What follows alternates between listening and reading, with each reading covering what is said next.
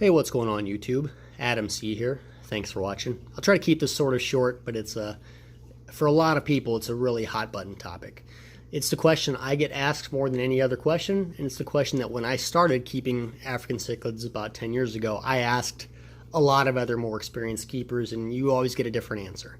And that question is, how many fish can I put in my tank? Well, obviously that depends on a lot of things. Is it a 75? Is it a 90? Is it a 125? Is it a 220?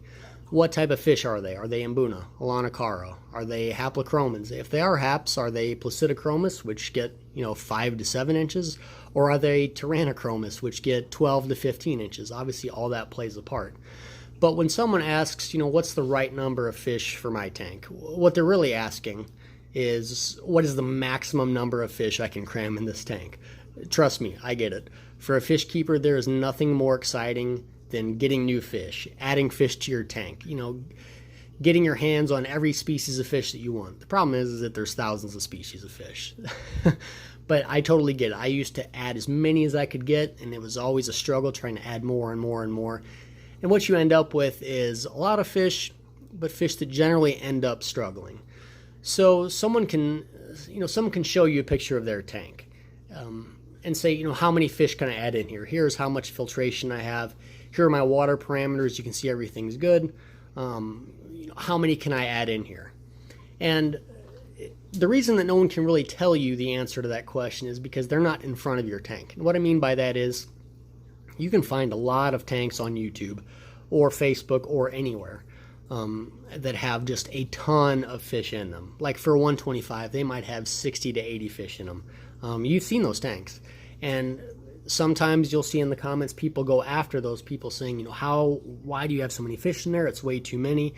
And the usual response is, I've got all this extra filtration, the water tests fine, and the fish, they're not dying. So it's not really a bad thing to do, but what you would notice in tanks like that is if you watch the video really closely, you'll see almost every fish in that tank has a nick, a cut, an injured eye, chewed up fins, just something. It's because when fish are packed that tightly, even if you've got all the filtration in the world, it can turn into bumper cars where they're always running into each other.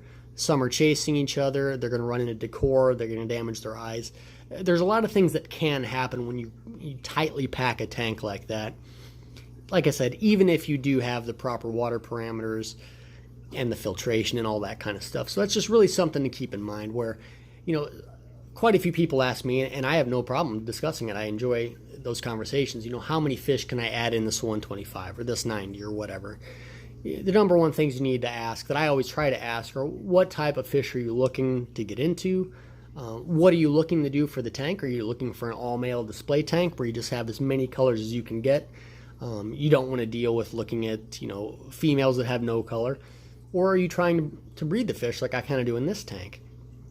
If I overcrowd this tank really any more than I have it now, it can stress the females enough where they're, even though they're going to be perfectly healthy and they're not going to die and they're going to grow and do well, a lot of times they'll get too stressed to breed.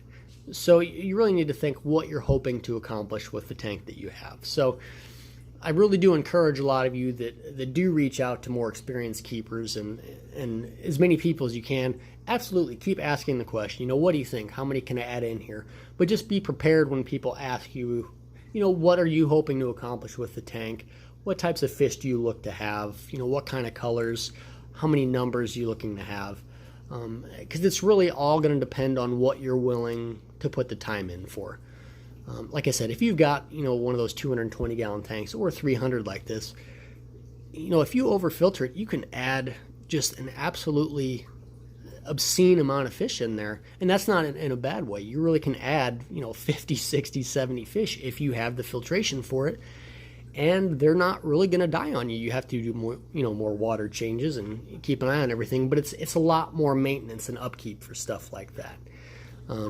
Here, I'll show you an example here as I knock over a candle. We'll walk over to this 125 right now. Ignore my dogs. We're kind of doing some moving stuff, so it's just a mess.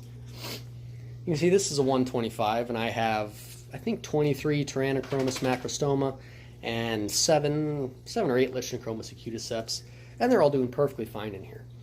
By the time these fish are full grown, I will have to take out probably 80% of them, if not even more than that. I might be able to keep 4 to 6 macrostoma at most, and Lichenochromis will probably have to come out completely because they're a much more, subtle and timid fish. It just doesn't work out for them that way. So as much as I would love to keep all these fish in here, it's just simply not going to work. So the good thing is when I have a packed tank like this is I do have other tanks ready to go and planned out where I can move fish out of this tank and into other tanks. So if you do plan to heavily stock a tank, if you can, I really do encourage you to have a backup plan in case it's not going to work, because nothing ever works perfectly.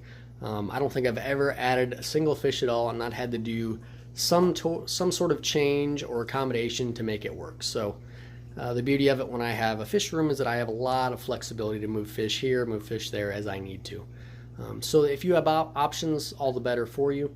And that's the same as if you have an understock tank. The risk you run with the understock tank is it's much easier for a bully to single out a fish and just bully it and end up killing it. As to where, if you have a more crowded tank, like the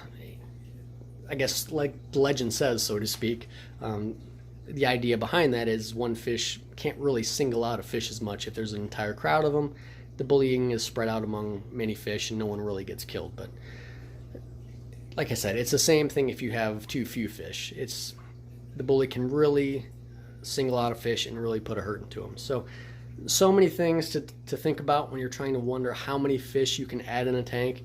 I wish I had an answer for you. I really do. Every tank seems to be different. Every species seems to be different. Even within the same collection of fish. For example, predator haps. Champsochromis are going to be a bit different than Tyrannochromis, which are going to be a bit different than Bucochromis, all in my experience. So it's just so much to deal with. So simply asking the question, how many fish can I put in the tank? Just know that if anyone's giving you a hard and fast answer, like, oh, you have a 125, well, you can add exactly this many fish. Just know that nothing like that is set in stone and nothing like that is an absolute truth. So whatever answers you get, just make sure you're doing a lot of the research on your own. Trust what you see in your own tank, and most part you're going to be right, whether you're the more experienced keeper or not. So anyway, guys, thanks for listening to my rant. I know it's a hot button topic, and it's one that I've really relied on others for over the years, and sometimes it's helped me out and sometimes it's backfired. So a lot of people have asked me that, and I really try to just give the answer of I don't know your situation. Maybe if you want to take a video of your tank for 5 minutes and just show the fish, you'll get a better idea of what you're going to be dealing with. But like anything else with African cichlids and fish keeping in general, there's never one single good answer. So let me know what you guys think. What is your experience? What do you think about those comments? I know a lot of people have a lot of opinions on this topic, which is a good thing. I'm not saying my opinion is right.